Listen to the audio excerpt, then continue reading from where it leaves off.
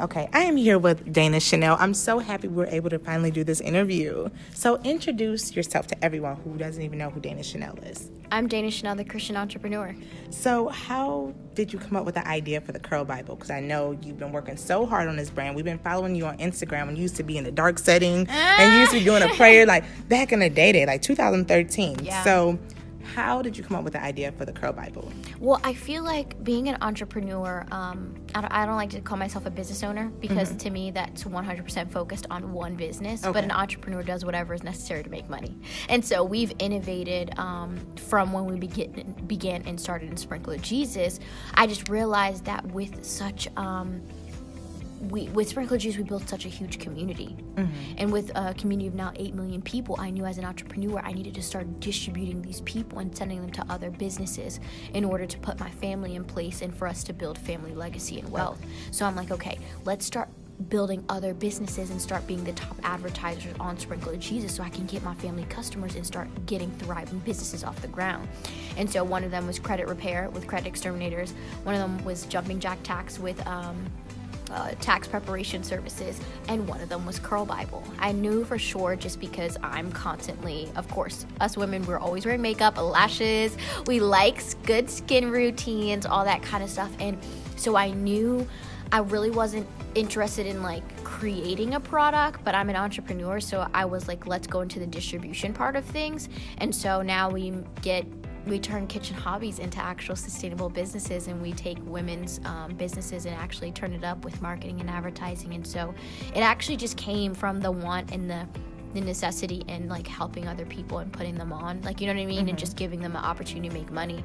And so Curl Bible like just was birthed out of like knowing the beauty industry being so popular, but especially African American women, we hustle, like we make our beauty products, we do all that's necessary, but yet that still doesn't mean we have like a network, you know what I mean? And so I wanted to leverage what I had for y'all and for all of us to benefit together. Okay, so can you describe a typical day for Dana Chanel? Because oh my gosh, I know every day you're working, you're active on social media, and I like that. So what is a day like? I mean, and that's what's crazy. And you're a new that, wife. I hate to cut you off, but you're a new wife now, so explain. Yeah. I mean, I think just being super intentional. I feel like a lot of the time you just expect your life to be so organized and so perfect if it's going right, but a lot of it's done with intentionality. Anybody that's on social media all day does not have a thriving business because, oh my gosh, I have to go through like people asking me questions 24/7, having meetings and just all this. So I don't have time to be on social media. But what I do is I plan my content to make sure that I'm active on social media. Two different things. I don't spend time on social media. I'm active on it when it's necessary to make money. You know what I mean? I enjoy like regular time and to myself and actually doing regular things. Like, I'm such a boring person. I literally, my life is like a 9 to 5. Really? My schedule wise. I just don't stop working after the 9 to 5 ends. Like, I don't get to relax. There you go. And so every single morning I wake up at 5 a.m. and we talk to the heads of the companies. We kind of, pray it in, have a conversation about finances. Did everyone meet their quota? You know what I mean? Because with the heads of the companies, we invest together in bigger projects. Okay. So for example, every single, my sister, I said, hey, we just bought a Christian entrepreneur house, $200,000 cash. I did see you guys take a tour. Yeah. Was that what you posted on social media? Yeah, we're getting it started. And so, it. If I didn't sit there and invest my time and my energy into helping someone else be successful, I wouldn't be able to take from them later. And so my sister, she gave $25,000 to the house project. My husband gave me another $30,000. My dad put up $50,000, and then I put up the rest. Okay. And so, for example, all that wouldn't have been done if I relied on one business. One business to hit $200,000. No, we took it from all the businesses we built together. There you go. I like that. So how do you manage such a busy lifestyle? Do you have a planner? Are you using your phone? Like, how are you managing this? Because this is a lot. You're young. This is a lot for one person because you're the CEO, the founder of this whole, all these brands. What are you doing to manage it? I think managing looks a lot like taking one thing at a time. You know what I mean? And definitely planning. Like, you have to plan your day or your day slips away from you. And What time do you wake up? Oh, I wake up at 4. Good God. I wake up at 4. I hurry up, jump in the shower. Sometimes if I'm creating content that day, then I'll go ahead and do my makeup. But if not, probably because I plan my content and do a lot of content in one day, I probably can stack up a few videos for over the week. So what I end up doing is I wake up at 4 and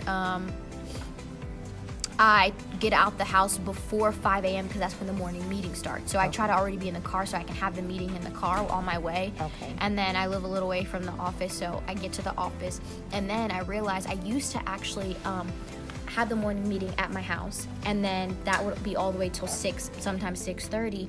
And then I would start getting ready at 7, then be done getting ready by 8 and not out the house not to the office by 9, 10 o'clock. But I realized that my employees came in at 9, 10 o'clock. I couldn't come in when they come in.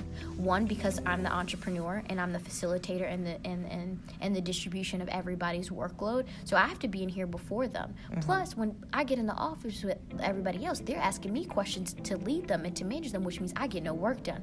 And you can't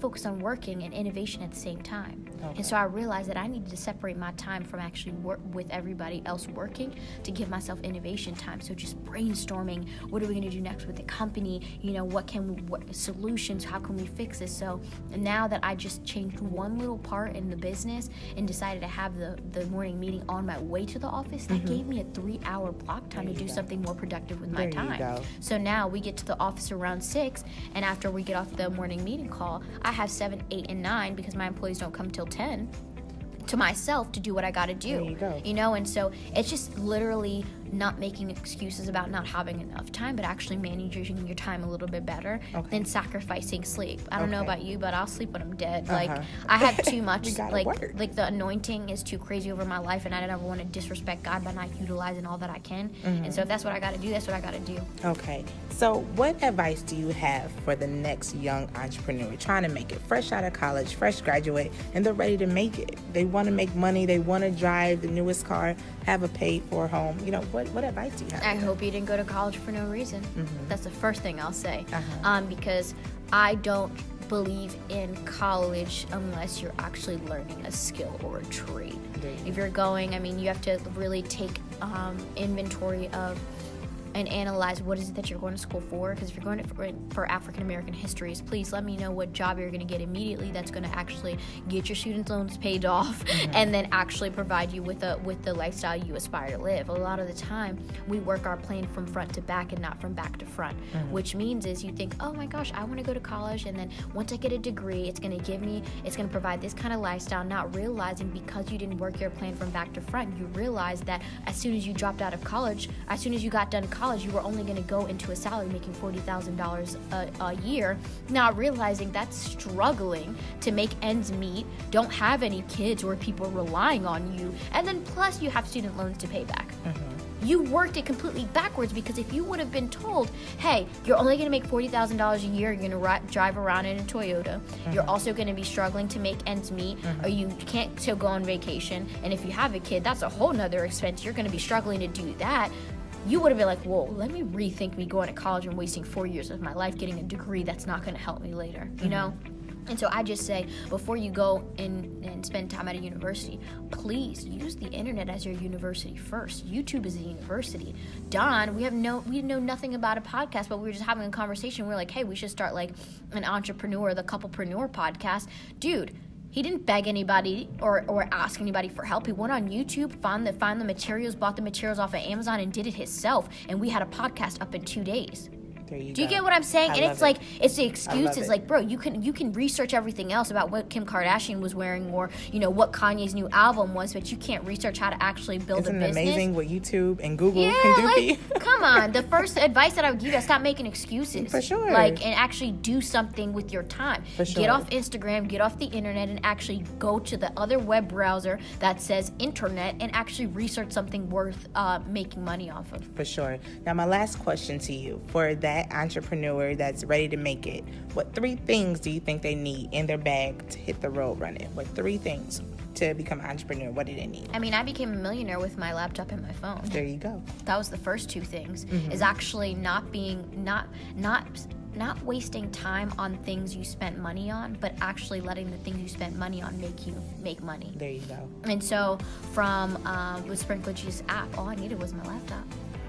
You know, content, all I need is my phone. You don't need no professional camera. You don't need any of that. Once again, that's an excuse. Right here, we're recording this, and we're not in a studio. We're making it happen by all means necessary. You feel me? And I feel like we have so much zeal and so much passion, but let's put that passion in the right places. And that's one, not making excuses and utilizing your phone. For sure. And your laptop. Dude, I think they shot a cover of Vogue with Beyonce or like Time magazine with an iPhone. Yeah, like, it's crazy. What? Isn't it crazy? Like, that's psycho. So it's like that, and then just get around people you aspire to be like. There's a lot of people out here pretending to be something that they're not.